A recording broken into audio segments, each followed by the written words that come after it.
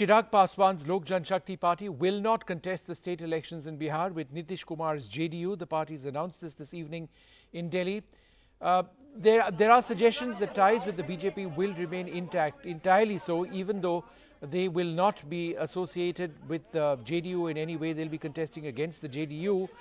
The big question is this some sort of a larger political strategy of the BJP whereby they rely on the LJP as a plan B to the JDU in case things with the JDU don't go well?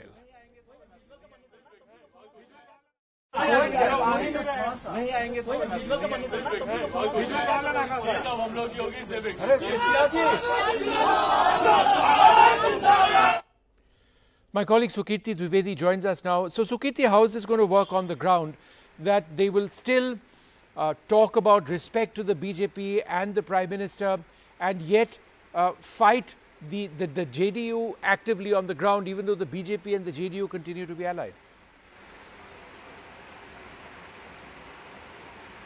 Well, yes, as far as the seat sharing so far is concerned, the numbers that we've been learning from our sources so far is that it's a 50-50 equation that the BJP and the JDU have settled on, where the BJP would have about 121 seats while the JDU would have about 122 seats. JDU would be giving 6 to 7 of its seats to Jitan Manjhi's party as well.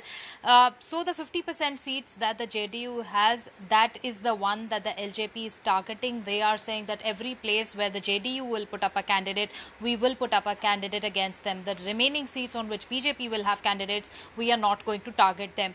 Now, of course, on the surface level, the LJP claims that it is ideological differences that they had with the JDU which led them to taking this decision. But of course, the backstory continues to remain different, that they were, the LJP kept on demanding 42 seats. The BJP did not relent. They said that we will not be offering more than 15. And now, of course, the other backstory that could unfold at a later stage is that could BJP now be looking at an option where they think that they win certain seats, and to cross the majority mark, they take help from the LJP to cross this majority mark, and then they can have a CM of their own and end up abandoning Nitish Kumar, on whom they've relied so far. So that's one theory that is also coming up at this point of time. But of course, on the surface level, all parties claiming that it's just ideological differences that have led them to take this decision and not political opportunism. But we all know how politics works, and clearly is the seat sharing numbers that have changed all the equations at this point of time.